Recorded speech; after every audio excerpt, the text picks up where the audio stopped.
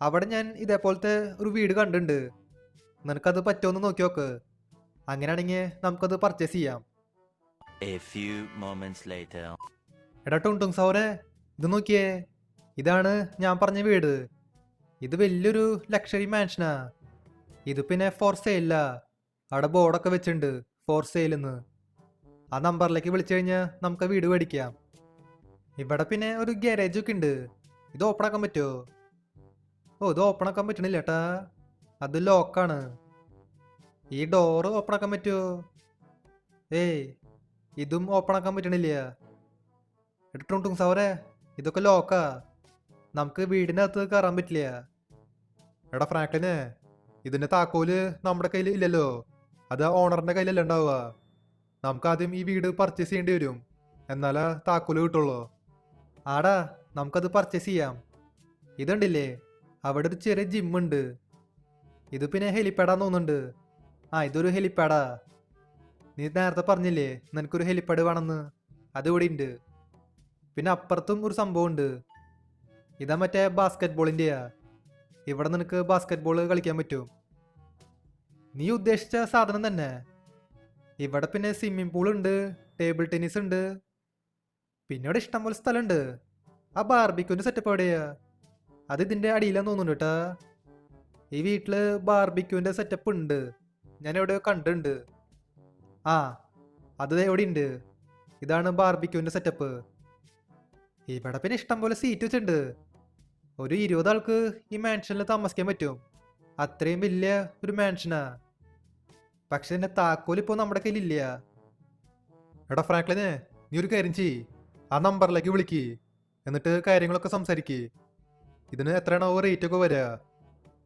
ആടാ, ഞാനൊന്ന് വിളിച്ചോക്കട്ടെ. എന്തായാലും അത്യാവശ്യം റേറ്റ് ഒക്കെ വരും, അതുറപ്പാ. ആ നമ്പർ എന്തായിരുന്നു? 555 0156 555 0156. അതാണ് നമ്പർ. നമുക്കപ്പോൾ വിളിച്ചോക്കാം. ആ, റിങ്ങിയുണ്ട്. Hello, who is speaking? ആ, ഹലോ സാറേ, അതെ. നിങ്ങൾ നേരത്തെ ഒരു വീട് സെയിലിന് വെച്ചില്ലേ? ആ വീട് എനിക്ക് മേടിക്കാൻ താല്പര്യമുണ്ട്. എത്ര അതിൻ്റെ റേറ്റ് ഒക്കെ പറഞ്ഞേ? ഓ, നിങ്ങൾ വീട് മേടിക്കാൻ വന്ന ആൾക്കാരാണോ? ആ വീടിന് അധികം റേറ്റ് ഒന്നുമില്ല. ആകെ $100 മില്യൺ മാത്രമേ ഉള്ളൂ. അത്രയ്ക്ക് എക്സ്പെൻസീവ് അല്ല. നിങ്ങളുടെ കയ്യിൽ $100 മില്യൺ ഉണ്ടാ? ഉണ്ടെങ്കിൽ ഇപ്പം തന്നെ ഡീൽ നടത്താം.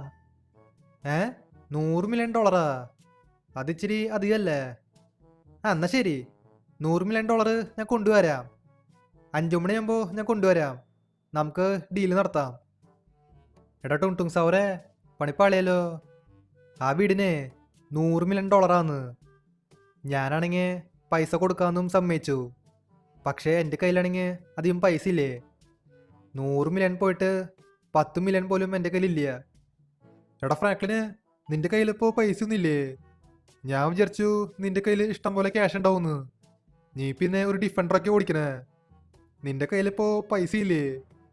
ഇനിയിപ്പോൾ എന്താ ചെയ്യാ? പണിപ്പാളിയാ. എടാ, ഈ ഡിഫൻഡറിൻ്റെ സ്വന്തം കാറൊന്നുമല്ല. ഇതെവിടെ നിന്നും അടിച്ചു മാറ്റിയതാ. എൻ്റെ കയ്യിലിപ്പോൾ 10 പൈസ ഇല്ല. ആ, പക്ഷെ കുഴപ്പമില്ല. നമുക്ക് പൈസ എവിടെയെന്നെങ്കിലും സെറ്റാക്കാം. എൻ്റെ പിന്നെ ഒരു ഫ്രണ്ട് ഉണ്ട്. അവൻ്റെ പേര് ലെസ്റ്ററാ. ലെസ്റ്റർ എന്നെ എന്തായാലും സഹായിക്കും. അവൻ പിന്നെ വലിയൊരു ഹാക്കറാ. ആടാ, എന്തെങ്കിലും ആവട്ടെ. എവിടെ നിന്നായാലും കുറച്ച് പൈസ സെറ്റാക്ക്. ഇന്ന് തന്നെ നമുക്ക് പൈസ കൊടുക്കണേ. അതും $100 മില്യൺ. ഇല്ലെങ്കിൽ പണിപ്പാളും. അല്ല, നീ എന്താ ചെയ്യണേ? വണ്ടി എടുത്ത് ഓഫ് റോഡ് പോവാണോ? അതെ, ഓഫ് റോഡൊക്കെ പിന്നെ ചെയ്യാം. ആദ്യം പൈസ സെറ്റാക്കാൻ നോക്ക്. ആടാ, അത് സെറ്റാക്കാം. ഇതല്ല.